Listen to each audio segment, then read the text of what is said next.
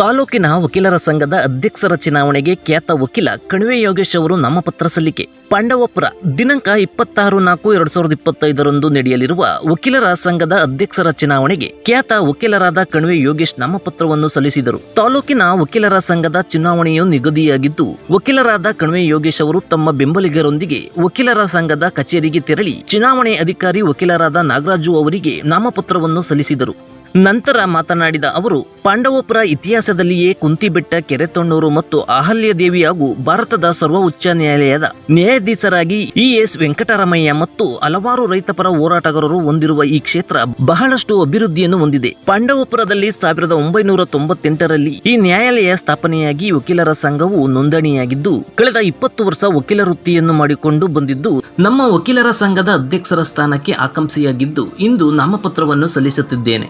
ನಮ್ಮ ಎಲ್ಲ ವಕೀಲ ಸಹೋದ್ಯೋಗಿ ಮಿತ್ರರು ನನ್ನನ್ನು ಬೆಂಬಲಿಸಬೇಕು. ಮುಂದೆ ನಾನು ನೀವು ಹೇಳಿಕೊಟ್ಟ ಮಾರ್ಗದರ್ಶನದಲ್ಲಿ ನಡೆಯುತ್ತೀನಿ ಎಂದರು. ವಕೀಲ ಕಣಿವೆ ಯೋಗೇಶ್ ಅವರು ದಲಿತ ಸಂಘಟನೆಯ ಹೋರಾಟಗಳಲ್ಲಿ ಮುಂಚೂಣಿ ನಾಯಕರಾಗಿ ಹೋರಾಟವನ್ನು ಮಾಡಿಕೊಂಡು ಬಂದಿದ್ದು, ಜಿಲ್ಲೆಯಲ್ಲಿ ಹಲವಾರು ಸಮಾಜಮುಖಿ ಕೆಲಸಗಳನ್ನು ಮಾಡಿಕೊಂಡು ಜನಪರ ಹೋರಾಟಗಾರರಾಗಿ ಗುರುತಿಸಿಕೊಂಡಿದ್ದಾರೆ.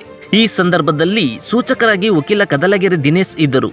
ಉಪಸ್ಥಿತರಾಗಿ ಜಂಟಿ ಕಾರ್ಯದರ್ಶಿ ಬಾಬು, ರೇವಣ್ಣ, ಎಸ್ ಹುಣಸೆಕಟ್ಟೆ ಕಪ್ಪಲು, ಅರುಣ್, ಕ್ಯಾತನಹಳ್ಳಿ ಮೋಹನ್ ಕುಮಾರ್, GB ಸುರೇಶ್, ಶ್ರೀಧರ್ ಸೇರಿದಂತೆ ಇನ್ನು ಇತರರು ವಕೀಲರು ಉಪಸ್ಥಿತರಿದ್ದರು. ಗೌರವಾನ್ವಿತ ಪಾಂಡವಪುರದ ಇತಿಹಾಸದಲ್ಲಿ ಒಂದು ಕುಂತಿ ಬೆಟ್ಟ, ಒಂದು ಕೆರೆತಣ್ಣೂರು, ಆರ್ತಿಪುರದ ಅಹಲ್ಯದೇವಿ ಮತ್ತು ಉಚ್ಚ ನ್ಯಾಯಾಲಯ ಮತ್ತು ಸರ್ವೋಚ್ಚ ನ್ಯಾಯಾಲಯದ ನ್ಯಾಯಾಧೀಶರಾಗಿರ್ತಕ್ಕಂಥ ES ವೆಂಕಟರಾಮಯ್ಯ ಮತ್ತು ಹಲವಾರು ರೈತಪರ ಚಳುವಳಿಗಾರರಿಂದ ಹೊಂದಿರತಕ್ಕಂಥ ಈ ಪಾಂಡವಪುರ ಈ ಕ್ಷೇತ್ರ ಇವತ್ತು ಭಾಳಷ್ಟು ಅಭಿವೃದ್ಧಿಯನ್ನು ಹೊಂದತಕ್ಕಂಥದ್ದು. ಜೊತೆಗೆ ರೈತಾಪಿ ವರ್ಗ ಮತ್ತು ಹಿಂದುಳಿದ ವರ್ಗ ಮತ್ತು ಎಲ್ಲ ಸರ್ವ ಜನಾಂಗ, ಸರ್ವಧರ್ಮ, ಸರ್ವ ಜಾತಿಗಳನ್ನು ಒಗ್ಗೂಡಿಸಿ ಇವತ್ತು ಅಭಿವೃದ್ಧಿ ಹೊಂದಲಿಕ್ಕೋಸ್ಕರವಾಗಿ 1998ನೇ ಇಸ್ವಿಯಿಂದ ಕೂಡ ಇಲ್ಲಿ ಒಂದು ನ್ಯಾಯಾಲಯ ಸ್ಥಾಪನೆಯಾಗಿದೆ.